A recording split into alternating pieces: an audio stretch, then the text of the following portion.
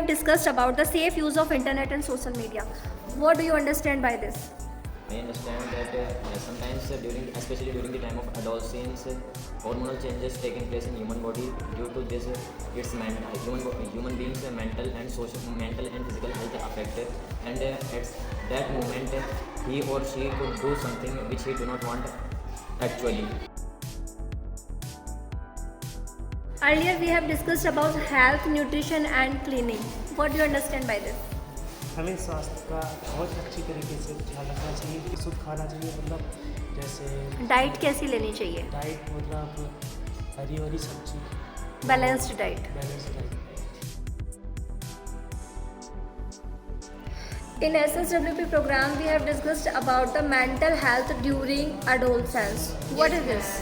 Mental health adolescence का जो stage होता है वो 13 to 19 ईयर्स होता है। इसमें मतलब बॉयज़ और गर्ल्स के अंदर मेंटली और बॉडी से रिलेटेड चेंज होते हैं। बॉडी से रिलेटेड लाइक हार्मोनल चेंज होता है, मेंटली चेंज लाइक मतलब वो बहुत ज़्यादा स्ट्रेस फील करते हैं, मतलब वो अपनी बात को ना अच्छे से एक्सप्लेन नहीं कर पाते अपनी फैमिली के।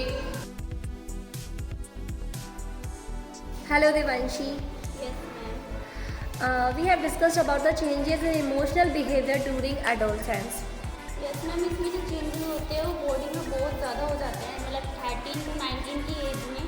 तो जो बच्चा होता है ना, चाहे वो गर्ल हो या बॉय, पर वो दूसरे पर्सन की तरफ अट्रैक्ट होने लग जाता है और उसके अंदर इमोशनली बहुत सारे चेंजेस हो जाते हैं, जैसे छोटी छोटी बातों पर गुस्सा होना या फिर इमोशनली कुछ भी चीज़ कनेक्टेड होती है तो उसमें अजीब सी वो घबराहट बैठ जाती है, जैसे कुछ भी वो बोल नहीं पाता।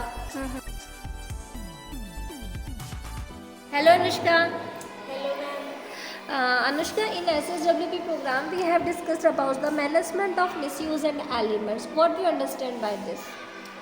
मतलब हमें ना जो चीज़ें होती हैं उनका मतलब लिमिटेड यूज़ लेना चाहिए, उनको ज़्यादा वेस्ट नहीं करना चाहिए, जैसे वाटर, वुड, पेट्रोल, ये सब मतलब हमें लिमिटेड यूज़ करनी चाहिए।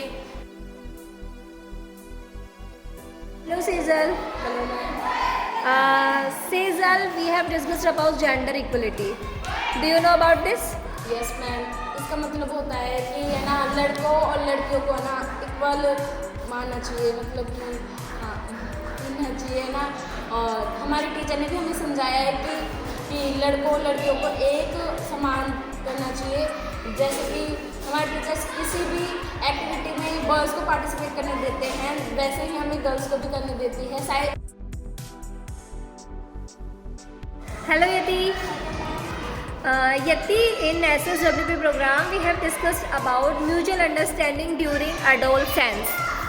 What do you understand by this?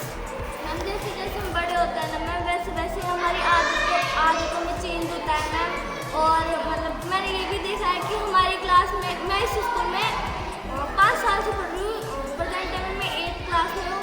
तो मतलब कि मेरे साथ बहुत सारे कई ऐसे बच्चे हैं जो अभी तक वो मेरे साथ पढ़ रहे हैं 8th क्लास में।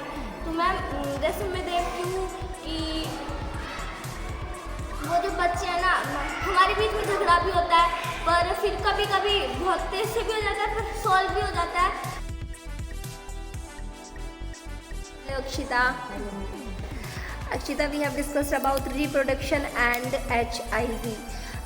Do you understand what is reproduction? Reproduction में ना मेल और फीमेल रहते हैं, उनको ना मतलब आगे जाके मतलब नए वो करना पड़ता है, जैसे हम आगे जाके नई जनरेशन प्रोड्यूस करनी होती है। मैम।